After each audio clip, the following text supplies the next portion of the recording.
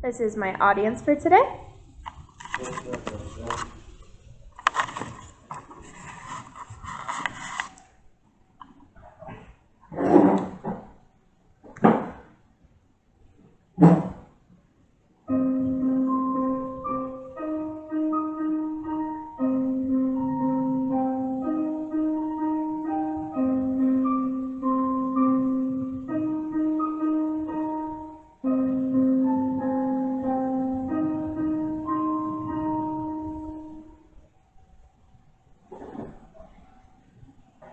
That was an opening to a song called Enjoy the Silence, which was written from a band that started in the 1980s and who are considered to be one of the greatest electronic bands to ever exist. My research has been derived from their documentary, Depeche Mode, The Dark Progression, as well as the history of Depeche Mode by Watch Mojo. I'm here today to inform you of the beginnings of the band Depeche Mode. From their beginnings in Basildon, England, their success throughout the 1980s, and the foundation they made for themselves by the end of the decade. Depeche Mode started off with 4 band members. This included Dave Gunn, lead singer. Then you had Martin Gore, who was our guitarist. You had Andy Fletcher, who played the keyboard. And then you had Vince Clarke, who founded the band, as well as wrote all the songs. According to the documentary, the only reason they added Martin to the band was because he was the only one they knew that had a synthesizer. And the only reason they added Dave to the band was because he knew a lot of people and had a lot of connections. And he was, according to Martin, he looked better than everyone else. So they actually added him for more looks than the fact that if he could sing or not. That was just a bonus. Once the group formed, they started putting their music together, but it still wasn't their priority. They had day jobs, and they have the band as their hobby. And according to Dave, they also weren't very good at playing the guitar or the bass. And so they ended up dropping those instruments completely, and they ended up using just synthesizers and the keyboards, and that's where they got their sound. Depeche Mode started off playing at local clubs every Saturday night, and even though it wasn't like their biggest interest, their goal was just to make an album. They ended up being approached by 2 different labels, and they ended up going with Mute Records. And Dave said that the main reason that they went with Mute Records was because they trusted Daniel Miller, who was the producer, and they knew that they'd be able to make their music something that they wanted to be.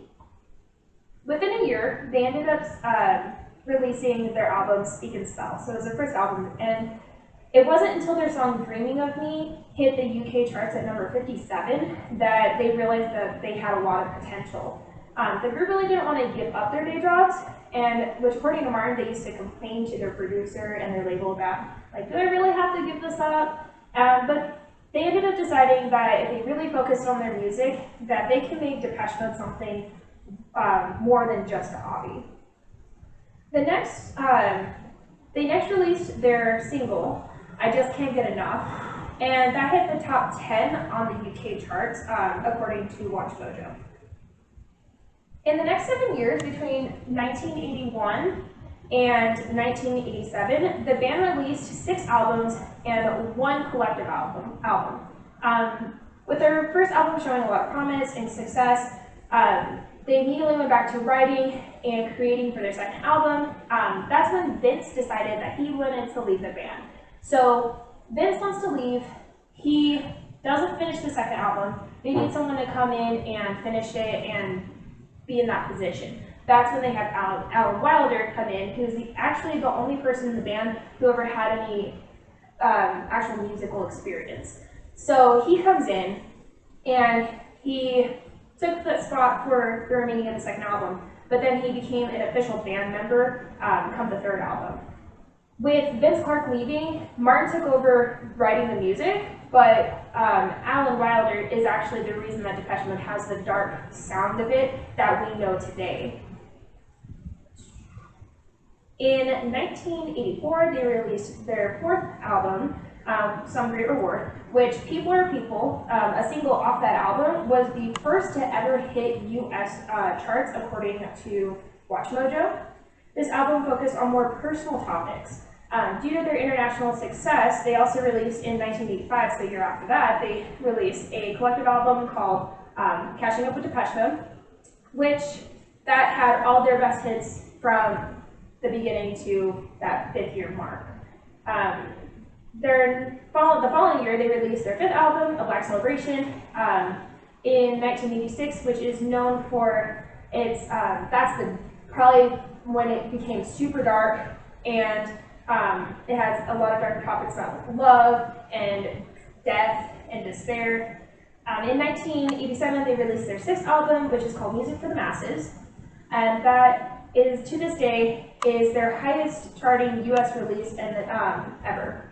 In 1988, they went on tour, and one of the biggest events of their musical career happened in Pasadena, California.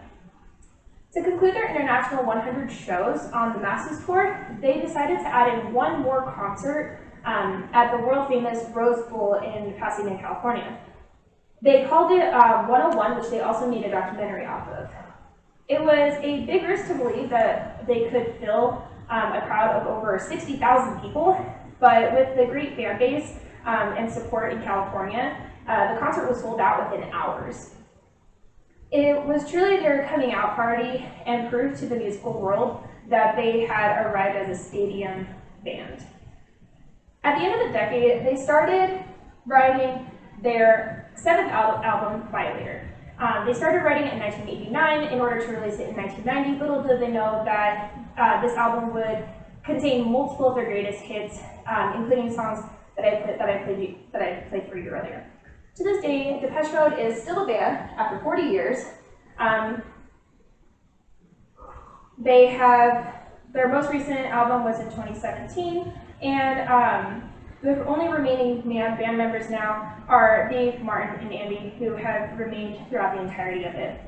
From their beginning in Basildon, England, their success throughout the 1980s, and the foundation that they had created for themselves by the end of the decade, their career and art has been inspiring to many other artists and continues to grasp people from all around the world, and with their relatable lyrics and industrial sound. Thank you. Yay!